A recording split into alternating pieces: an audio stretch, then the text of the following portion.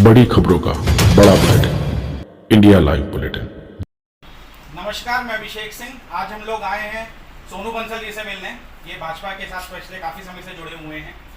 जो भाजपा को जीत हासिल हुई है, भाजपा को प्रचंड बहुमत से जीत हासिल हुई है।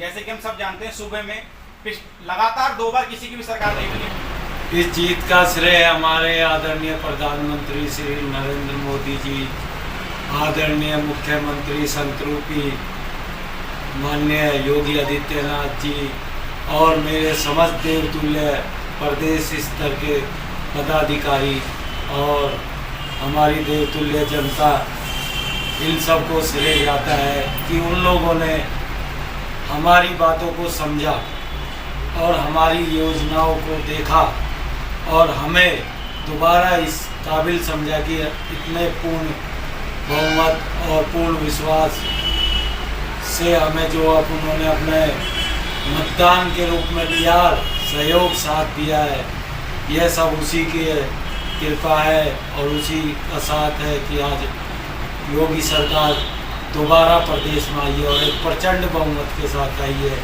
और जैसा कि हमारे प्रदेश में 1985 के बाद से कोई भी सरकार दोबारा कार्यकाल में नहीं आई, ये हमारे आदरणीय प्रधानमंत्री और मुख्यमंत्री जी के जो ऐतिहासिक फैसले हैं, उन्हीं का ये परिणाम है कि हमारी ये दोबारा सरकार आई है और इस धर्म की, इस प्रदेश में एक बार पुनः धर्म की स्थापना हुई है।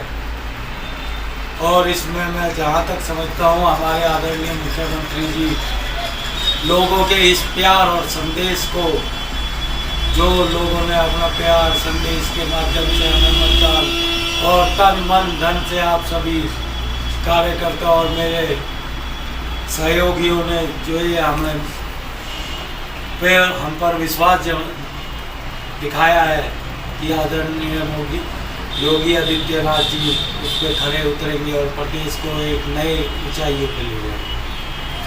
तो सोनू जी, आप अपनी इस जीत का श्रेय किसको देना चाहेंगे? इसमें योगी जी और मोदी जी का है या आपके जो कार्यकर्ता हैं, जो आपके बूथ लेवल के कार्यकर्ता थे जिन्होंने मेहनत की है? आप लोगों ने सोशल मीडिया में बहुत ज़्यादा मेहनत की है, मैं जानता हूँ। आप लोगों ने सोशल मीडिया की गाजियाबाद जिले की टीम संभाली थी। असली श्रेय हम किसी एक को नहीं दे सकते। असली श्रेय हर एक जनता के, हर एक वोटर का है।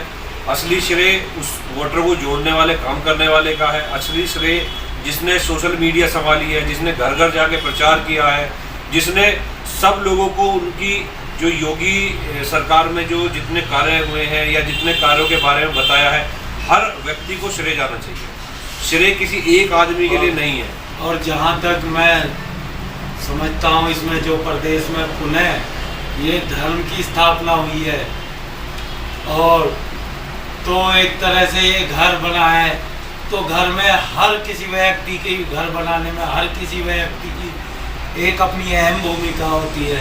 इसी तरह से इस जीत के श्रेय के हकदार मेरा प्रदेश स्तर के पदाधिकारी से लेके पन्ना प्रमुख तक और आखिरी चरण में खड़ा वह व्यक्ति भी है जिसने हम पे भरोसा दिखाया है। चुनावों से पहले जैसे कि हमने देखा था कि एक बहुत बड़ा मुद्दा था किसानों का बिल, वो हमारे मोदी जी ने, मतलब मोदी सरकार ने वापस ले लिया था। तो इस विषय में आपसे चीज़ जानना चाहूँगा कि अब जैसे कि बहुत प्रचंड बहुमत से आपकी सरकार आ गई है, 2024 में फिर से इलेक्शन है, तो क्या किसानों का मुद्दा, किसानों के बिल दोबारा से आना है, दोबारा से आएगा, क्या है इसके ऊपर कुछ इसके विषय में प्रकाश डालेंगे? देखो, अभी तो सरकार आई है और इसमें इस विषय में जहाँ तक हमारे आदरणीय प्रधानमंत्री जी हैं, मुझे उन पे इतना भरोसा है कि वो जो कोई भी फैसला लेंगे हमारे किसान भाइयों को हितों में देखते हुए ही लेंगे, क्योंकि वो हर वर्ग, हर समाज, हमारे आदरणीय प्रधानमंत्री जी, मुख्यमंत्री जी, हर वर्ग, हर समाज, गांव हो चाहे शहर हो चाहे व्यापारी हो, सबको एक नज़रिए से देखते हैं और हर किसी का भला हो।